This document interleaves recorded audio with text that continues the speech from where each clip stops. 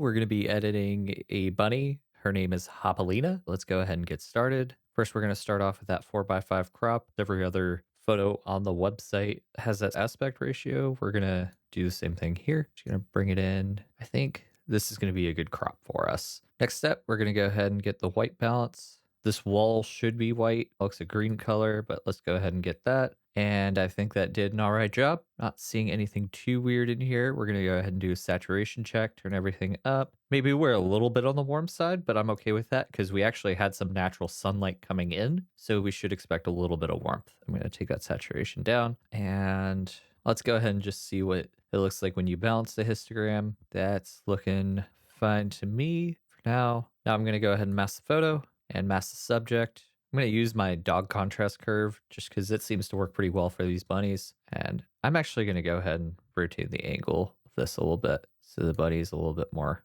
flat. That may not be straight up and down, but we're going to remove the background so it doesn't really matter. And that just looks a little bit nicer. Give them a slight, there we go. Okay. All right. So now I'm looking for anything weird in here. I do want to preserve the black on the fur. There's a little bit of brown peeking out there. I'll bring up those shadows a little bit. I don't want to bring them up too much, but should be fine. I'm going to bring down those highlights a little bit. And we do have some underexposed parts of the image here. We can bring any of those back by adding a little bit of exposure. I don't want to bring too much exposure. I don't like how soft this is right here on this photo. Go ahead and increase the saturation a little bit here. Just bringing out a little bit of that brown and a little bit of that red. Maybe I'll bring up the shadows a little bit more. We're going to end up with underexposed parts just because this is a black bunny. I didn't properly do the exposure compensation, so that's just what we're going to end up with. I'm going to go ahead and create a circular mask just right on that soft part of the image. Make it a little bit less obvious. There we go. Okay. So adding a little bit of texture, a lot of clarity, and some dehaze, I think did a pretty good job on that. I'm actually going to tone down the highlights a little bit too. I'm trying to get it to just match the rest of the fur so it's not obvious we did anything here. There we go. And then the last mask adjustment I'm going to do is I'm going to mask out the eye. Go ahead and bring the exposure up a bit. Bring that black point back down. Bring up this saturation. I'll warm it up just a little bit. So that's going to be it for our Lightroom adjustments. We're going to go ahead and shuttle this over into Photoshop. And now we have our photo in Photoshop. So first thing we're going to do, go ahead and do this selection tool. I'm going to go up here to this caret here. I'm going to use this cloud detailed results. Now I'm going to select the subject there, and it does a little bit of a better job than that other subject selection tool.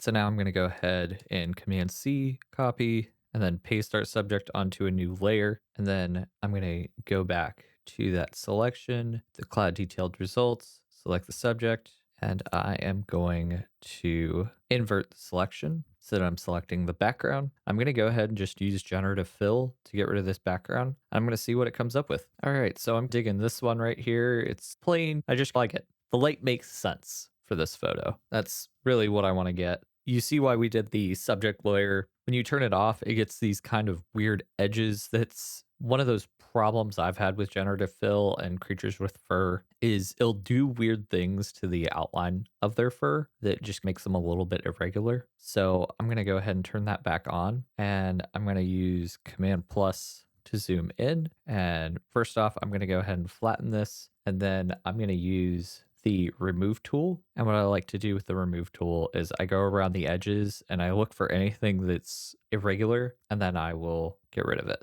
This right here is not natural. It's just not the edge of a bunny. So we're going to go ahead and just get rid of that. You can see these lines here that kind of show up. That's where the layers are meeting. So we're going to go ahead and just get rid of those. Remove tool does a pretty good job of doing the blend in a way that's not super obvious. A little bit of color fringing there. Just going to go along the edges. The color fringing is the obvious giveaway that something weird has happened with generative fill. So that's basically creating the line of the subject overlap that I'm trying to fix here. Generally, smaller strokes with remove tool are going to give you better results than larger strokes. So just think about how you want that cleaned up and then just stroke over and make sure that it does a good job. And now that we've got some of the weird stuff, we can go ahead and clean up the bunny a little bit. See, there's some dandruff going on. Just watch for that color fringing and make sure to get it wherever you see it. And that'll help blend the photo in with that generated background. If you don't have a clear line, then it won't be super obvious that you use this. Looking close enough, somebody will still be able to tell. But for the most part, we're trying to get it adopted. Nobody's going to be looking and be like, oh, there's some color fringing there. This person must have used generative fill. That's just not a thing that people will be doing when they're trying to adopt this bunny. So keep your purpose in mind when you're doing the edit. Who's actually going to be looking at it? Then make sure that you're meeting the intent. You can still see that spot's a little bit soft. It's not as obvious when it's out, but we can still see it up close. So I've cleaned this up a good amount. I'm going to go ahead and I'm going to zoom out, Command minus. I'm going to look at it, look for any strangeness. This is going to be viewed more as a thumbnail sized image. So this may be the closest that somebody looks at it. Realistically, this will be the size that people see it on their phone, but just in case they get to the full size image. And that looks pretty convincing to me. So I'm going to go ahead and hit save, shuttle it back over to Lightroom. Integrated software is amazing. So last couple things I'm going to do, I'm going to go ahead and apply a vignette, subtle vignette of -15. Darken up those edges and bring the focus back in towards the bunny. I'll warm up this photo just a tad. There we go. That very subtle adjustment just really changes the whole tone of the photo there. So keep in mind that you can do a lot with very little. And then same thing with the exposure, just a little bit more exposure, brightens that up a little bit. And actually it feels like maybe there's a little bit of green tint to this image. So I'm gonna see what happens. All right. And for me, that'll do it. That's your bunny.